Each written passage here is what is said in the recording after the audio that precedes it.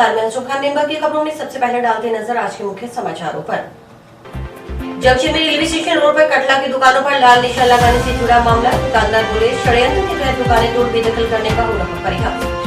नगर कीर्तन के दौरान हैंग ग्लाइडर से पुष्प वर्षा बना आकर्षण का केंद्र। पंजाब पुलिस से सेवानिवृत्त हैंड कांस्टेबल सुखचरण सिंह ने अपनी टीम के साथ की पुष्प वर्षा। लाखों रुपए खर्च करने के बाद भी चरमराई सफाई व्यवस्था। बस स्टैंड में पाइपलाइन लीकेज से व्यर्थ बह रहा पानी। बरसाती पानी इकट्ठा होने की समस्या से मिलेगी निजात। सोलगढ़ रोड पर चल रहा वाटर हार्वेस्टिंग सिस्टम का कार्य। मेडिकल कॉलेज के साथ ही बने 500 बेड का प्रस्तावित अस्पताल। मेडिकल कॉलेज में हॉस्पिटल बचाओ संघर्ष समिति ने कलेक्टर को सौंपा ज्ञापन। अब खबरें विस्तार से। जंक्शन में शहीद भगत सिंह चौक से रेलवे स्टेशन रोड स्थित 50 वर्ष पुराने कटला बैजनाथ सागरमल बिहारी मार्केट की दुकानों पर नगर परिषद की ओर से लाल निशान लगा उन्हें तोड़ने के लिए चिन्हित करने की कार्रवाई को इन दुकानों के दुकानदारों ने षड्यंत्र का हिस्सा बताया है। दुकानदारों का कहना है कि कटला की दुकानें न तो जर्जर हैं और न ही ध्वस्त करने योग्य।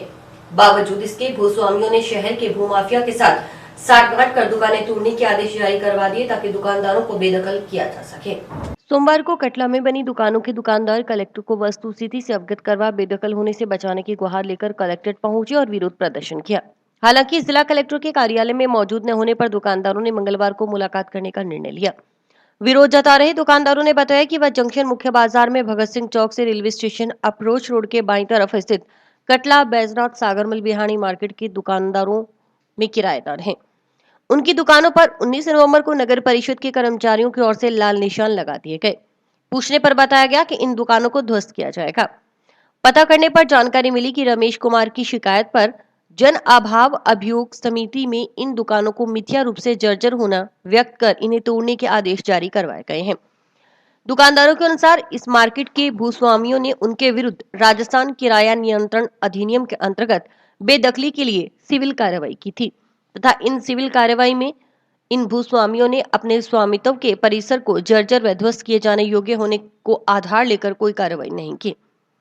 वास्तव में इस कटला में निर्मित दुकानें न तो जर्जर हैं और न ही मानव निवास के लिए असुरक्षित हैं।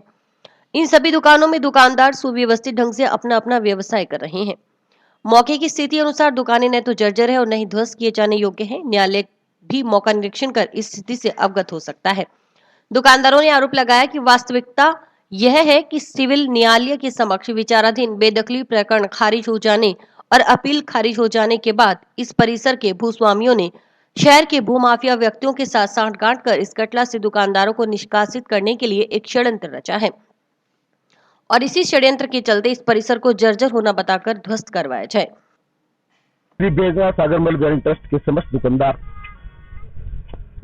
जो नगर परिषद ने हमारी दुकानों के आगे इलीगल तरीके से बगैर किसी नोटिस दिए हुए जो लाल निशान लगाए हैं और ये कहते हुए कि हम इन दुकानों को तोड़ देंगे, आपकी दुकानें जर्जर हो चुकी हैं, जबकि ऐसी कोई वहां व्यवस्था है ही नहीं, ऐसी कोई वहां दिक्कत है ही नहीं।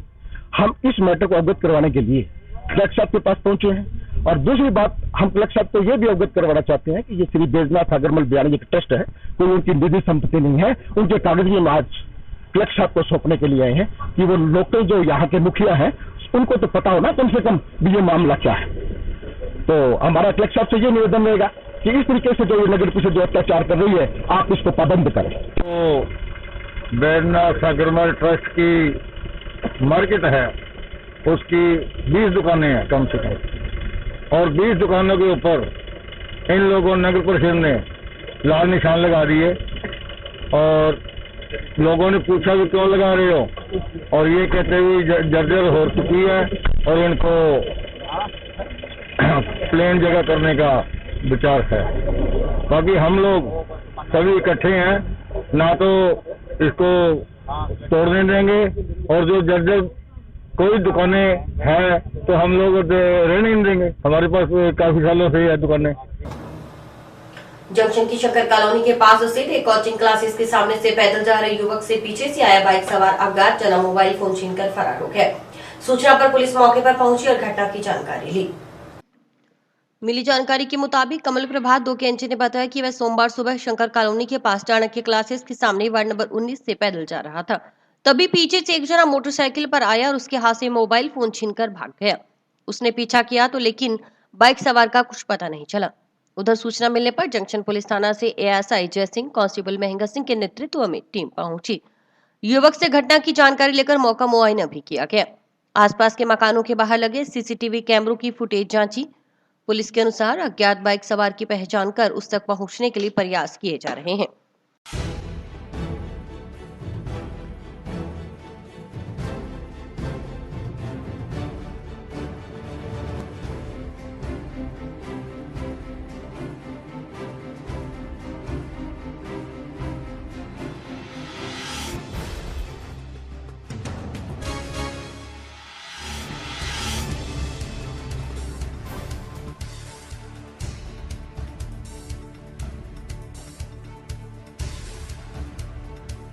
उधर दूसरी तरफ सोमवार सुबह सोटगढ़ रोड स्थित जेल फाटक के पास भी एक जने के साथ मोबाइल छीना झपटी की वारदात हुई।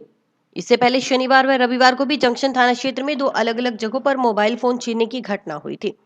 पिछले कुछ दिनों से मोबाइल झपटने की वारदातों में एकाएक बढ़ोतरी होने से लोगों में डर के साथ पुलिस के प्रति रोष व्याप्त है। उधर रविवार को जंक्शन में शिवकुटिया रोड पर भी बाइक सवार अज्ञात जनों ने मोबाइल फोन छीनने की वारदात को अंजाम दिया। इस संबंध में मोबाइल फोन मालिक की ओर से ऑनलाइन मुकदमा दर्ज करवाया गया। ये शिवकुटिया रोड पे मेरे साथ हाउसिंग बोर्ड की जस्ट 99 स्टोर है जो उसके सामने हुई थी। एक्चुअल में मैं घर पे जा रहा था पैदल, तो जैसे ही फ़ोन आया तो मैंने फ़ोन निकाला, फ़ोन लगा जैसे ही कान पे लगाया तो पीछे से कोई बाइक सवार आया फुल तेज गति से। वो उसने आते ही सीधा छीना फ़ोन और हाथों हाथ ही भाग गया फ़ोन लेके। जब तक मैं उसको देखता, मतलब कि मैंने पीछा भी किया था किसी को रोक के, लेकिन उसकी जो बाइक चलाने की स्पीड थी वो बहुत अत्यधिक थी, तो मैं उसको नहीं कर रोक पाया और बाद में वो इधर उधर हो गया, गली में मुड़ गया, मेरे को नहीं पता चला। तो इस कारण बाद में हम पुलिस स्टेशन भी गए थे, लेकिन ऐसी वारदातें नहीं होनी चाहिए। आज जैसे लोग खुलेआम घूम रहे हैं, चलो मान लो ये आज मेरे साथ हुआ ऐसा, और ऐसा ही कल 3 जगह हुआ है, एक साथ ही 3 जगह हुआ है और आज फिर एक जगह और सुनने को मिला है। तो ऐसे खुलेआम मतलब कि जो अपराधी है वो घूम रहे हैं और ऐसे नहीं घूमने चाहिए। निर्माणाधीन राजकीय मेडिकल कॉलेज के साथ ही 500 बेड का प्रस्तावित हॉस्पिटल बनाने की मांग को लेकर मेडिकल कॉलेज एवं हॉस्पिटल बचाओ संघर्ष समिति जंक्शन ने सोमवार को कलेक्टर के नाम एडीएम प्रतिभा देवटिया को ज्ञापन सौंपा। ज्ञापन में बताया गया कि सरकार की ओर से हनुमानगढ़ में राजकीय मेडिकल कॉलेज स्वीकृत किया गया है। वर्तमान में मेडिकल कॉलेज के भवन का निर्माण जंक्शन में संग्रिया बाईपास रोड पर गांव नवा के नजदीक किया जा चुका है। मेडिकल कॉलेज के साथ ही 500 बेड का हॉस्पिटल बनना भी प्रस्तावित है। निर्माणाधीन मेडिकल कॉलेज व हॉस्पिटल के लिए संग्रिया बाईपास रोड पर पर्याप्त भूमि उपलब्ध है। आवागमन के लिए साधन व पार्किंग के लिए भी पर्याप्त जगह उपलब्ध है। प्रस्तावित हॉस्पिटल की दूरी टाउन व जंक्शन के नागरिकों के लिए बराबर है, लेकिन टाउन क्षेत्र के कुछ लोग निहित स्वार्थों की पूर्ति और अपने राजनीतिक हित साधने के लिए लोगों को भ्रमित कर टाउन में संचालित जिला अस्पताल को जंक्शन में शिफ्ट होने की अफवाह फैलाकर आंदोलन करने के लिए उकसा रहे हैं। ज्ञापन में कहा गया कि जंक्शन के प्रबुद्ध नागरिक और विभिन्न संस्थाओं के पदाधिकारी टाउन के आंदोलित व्यक्तियों के प्रयास अस्पताल जहां है वह यथावत चलेगा, परंतु कुछ लोग अपने राजनीतिक हित के लिए भ्रमित कर आंदोलन का रूप दे रहे हैं। जिन्होंने कल मीटिंग की और पूरा शहर जो हमारे साथ है, और हम सब ने जो है ये निर्णय लिया था कभी आज जो है कलेक्टर साहब को ज्ञापन देंगे कि टाउन वाले जो जंक्शन के अंदर मेडिकल कॉलेज बन रहा है उसकी सुविधाएं जो है टाउन में वो स्थानांतरित करवाना चाहते हैं। उसके विरोध के अंदर हम जो है कलेक्टर साहब को आज ज्ञापन देने के लिए आए थे। तो आज हमने एडीएम साहब को ज्ञापन दिया है कि जो मेडिकल कॉलेज और उससे संबंधित तो सभी प्रकार की सुविधाएं वो जंक्शन के मेडिकल कॉलेज के अंदर ही रखी जाए, अन्यथा जो है डॉक्टर, मरीज और भविष्य के अंदर बढ़ने वाली सुविधाएं, मिलने वाली सुविधाएं वो सब जो है जंक्शन में मिल सकती हैं। टाउन के अंदर न तो जगह है और न ही कोई ऐसी चीज़ है। नॉर्म्स के हिसाब के से भी जो है टाउन का जो मेडिकल जहां वो करना चाह रहे हैं उसमें वो फिट नहीं हो सकता। अनफिट होने के बाद में ही जंक्शन के अंदर इसका जो है उद्घाटन किया गया है। हम चाहते हैं टाउन वाले भी हमारे साथ लगें और जंक्शन वाले भी साथ लगें, मिलजुल करके इसको अपने मेडिकल कॉलेज को जो है बनवावें। टाउन वाले जो भ्रम की स्थिति पैदा कर रहे हैं लोगों के अंदर के टाउन का जो जिला हॉस्पिटल है वो बंद हो जाएगा, हम उनसे निवेदन करना चाह रहे हैं और लोगों को, वहाँ के टाउन के लोगों को खासकर जागरूक करना चाह रहे हैं कि ऐसा कुछ भी नहीं होने जा रहा जैसा कि वो भ्रम फैला करके आपको जो है गलत दिशा के अंदर ले जाना चाहते हैं। टावर जंक्शन का जो मेडिकल कॉलेज है वो जंक्शन का नहीं है, हनुमानगढ़ क्षेत्र का जो है मेडिकल कॉलेज है, उसे बनने दिया जाए। टाउन के महात्मा गांधी स्मृति जिला अस्पताल का मेडिकल कॉलेज से संबंधित चिकित्सालय का पूर्ववर्ती नक्शा प्लान उपलब्ध करवाने की मांग को लेकर राजकीय जिला अस्पताल बचाव संघर्ष समिति ने सोमवार को पीएमओ डॉक्टर दीपक मित्र सैनी को ज्ञापन सौंपा।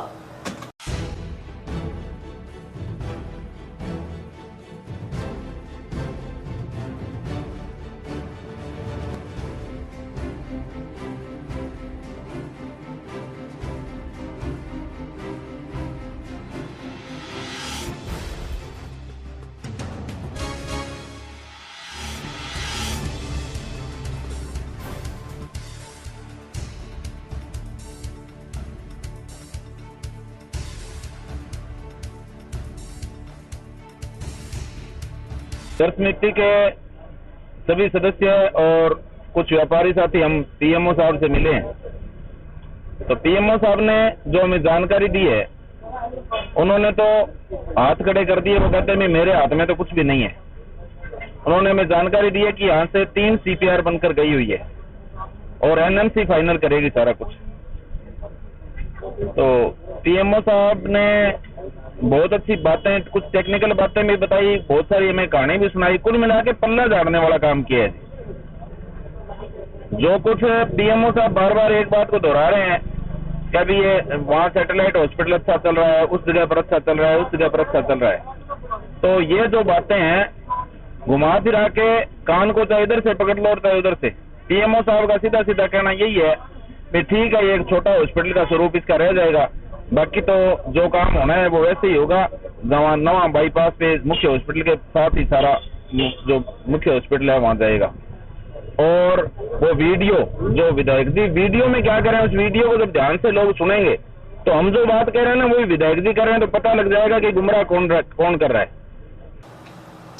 महिलाओं बालिकाओं की सुरक्षा, उन्हें अधिकारों और कानूनों के प्रति जागरूक करने के लिए महिला थाना पुलिस की ओर से ITA कॉलोनी 2 के पंचायत में सुरक्षा सखी के तहत मीटिंग आयोजित की गई। बैठक में महिलाओं को उनके अधिकारों के प्रति जागरूक किया गया। महिला पुलिस थाना की उप निरीक्षक संध्या बिश्नोई ने महिलाओं को महिला अपराध घटित होने से लेकर अपराधियों को सजा दिलवाने तक की प्रक्रिया के बारे में विस्तार से समझाया। साथ ही बच्चों के खिलाफ यौन अपराधों पर अंकुश के लिए भी आवश्यक जानकारी दी गई। साथ ही महिलाओं व युवतियों की समस्याएं भी सुनी गई। इस मौके पर एसआई संध्या बिश्नोई ने बताया कि प्रदेश में बालिकाओं और महिलाओं के साथ बढ़ते अपराधों को लेकर पुलिस मुख्यालय के निर्देशानुसार प्रदेश के सभी पुलिस थानों में सुरक्षा सखी समूह का गठन किया गया है। सुरक्षा सखी का गठन कर बैठकें की जा रही हैं। महिलाओं बालिकाओं की सुरक्षा, उन्हें अधिकारों और कानून के प्रति जागरूक करने के साथ ही उनकी समस्याओं के समाधान के लिए सुरक्षा सखी एक सेतु के रूप में काम कर रहा है। उन्होंने कहा कि छेड़छाड़, दहेज प्रथा आदि को लेकर मारपीट सहित अन्य सभी प्रकार के अत्याचारों की जानकारी महिलाएं बेझिझक पुलिस को दें, मुकदमा दर्ज करवाएं। पुलिस की ओर से अत्याचारों पर नियंत्रण के लिए अपराधियों के खिलाफ नियमानुसार कानूनी कार्रवाई की जाएगी।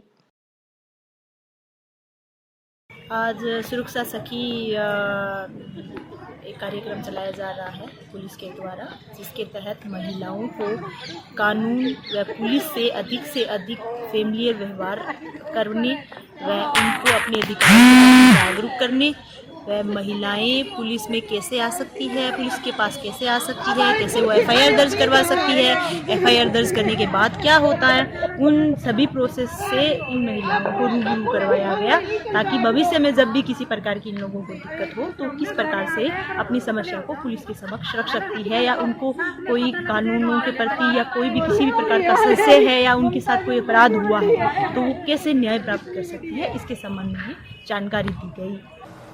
जंक्शन में सूरतगढ़ रोड स्थित राजकीय उच्च माध्यमिक विद्यालय के नजदीक चल रहे वाटर हार्वेस्टिंग सिस्टम लगाने का कार्य का सोमवार को नगर परिषद सभापति गणेश राज बंसल की ओर से निरीक्षण किया गया।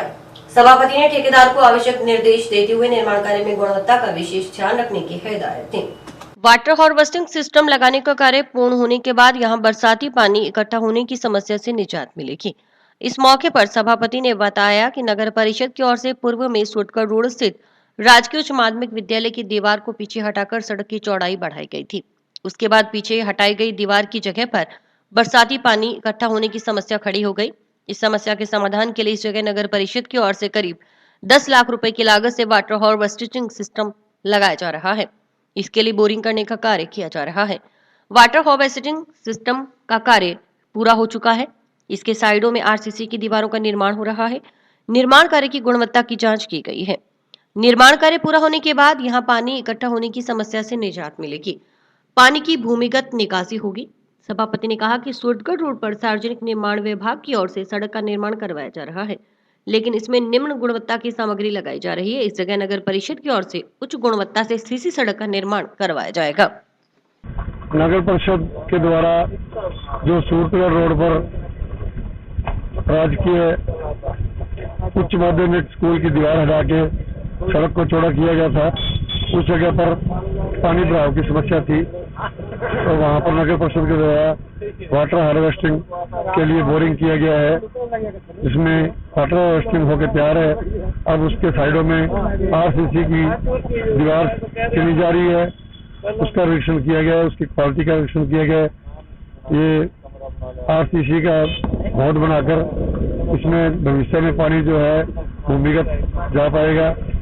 और इस रोड में जो पीडब्ल्यूडी के द्वारा बनाई जा रही है, लेकिन ये बिल्कुल ही निम्न क्वालिटी की बनाई जा रही है, तो यहाँ पर नगर परिषद के द्वारा बढ़िया सीसी सड़क बनाई जाएगी। और अभी वक्त है एक ब्रेक का।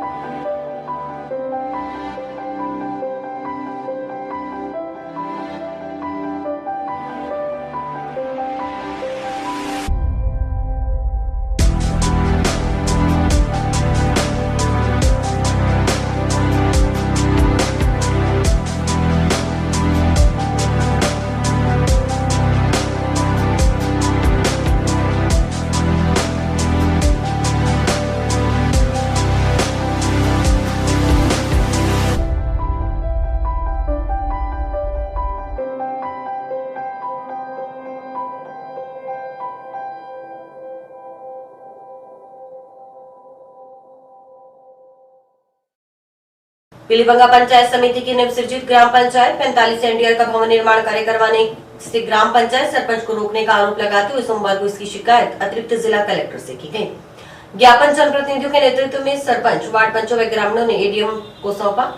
ज्ञापन में बताया गया कि ग्राम पंचायत 45 एनडीआर में पंचायत भवन निर्माण के लिए विवाद होने के कारण ग्राम पंचायत की ओर से जिस भी जगह का प्रस्ताव ग्राम पंचायत भवन निर्माण के लिए लिया गया, कुछ ग्रामीणों ने विवाद पैदा कर लिया है।